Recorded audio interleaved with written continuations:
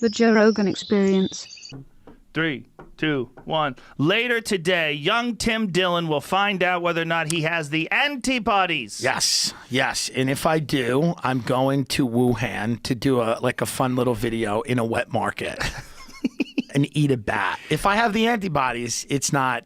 It's okay. Is it safe? I don't know what this is. Yeah, no one knows. We've never been in a time where literally nobody knows. I have a string of text messages from Alex Jones. Yeah, that will change your opinion if you smoke enough weed and you don't smoke weed. Were you ever a weed smoker? I smoked a lot of weed for a very long time. But that's when I discovered Alex Jones when I was 13. When I was smoking weed, listening to him on the GCN network. But when you got clean, it wasn't weed that was a problem, right? No, it was the cocaine and the booze and the pills. But weed was always there. I've never been a cocaine user. Yeah. I've never used it, but I do love that Buck Cherry song. Oh, yeah, it's great. It's great. It almost makes you want to do cocaine. It's a great drug. I mean, don't do it if you're having problems. But Alex left. I haven't even gotten to them because I got... It's a real. I changed my phone number not that long ago, right? And I change it every few months now. Yeah, and it doesn't matter. Do you get random texts from just anybody? Oh yeah, random. Yeah. But these are all these are voicemail messages, and look at all these videos he sent me to watch, and all these websites. He's convinced, that it's a weaponized virus that leaked from a lab.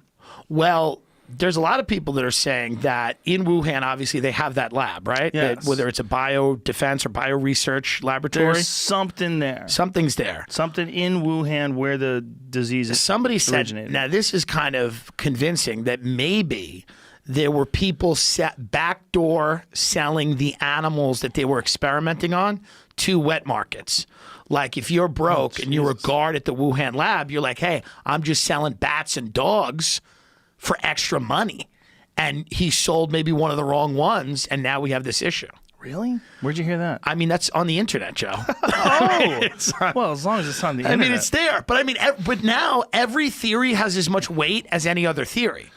Right now. Yeah. Well, because there's some legit scientists that are actually, like one of the things they found out is that the origins of the virus in New York City, it comes directly from Europe.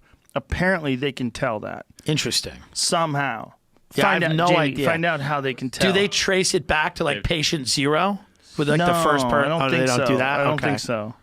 They do some sort of tracing, right? Because that's the new I just topic of Google and Apple working together to get tracing software. See, that's what scares me. We talked about that the other day. If you have to have everything on your phone, like showing that you're positive, and you have to have a phone everywhere. You'll have a car. You have to take out your card that you're positive to get into Applebee's. Yeah, Adam Curry you have antibodies. Sent me this whole thing saying this is why I have a flip phone.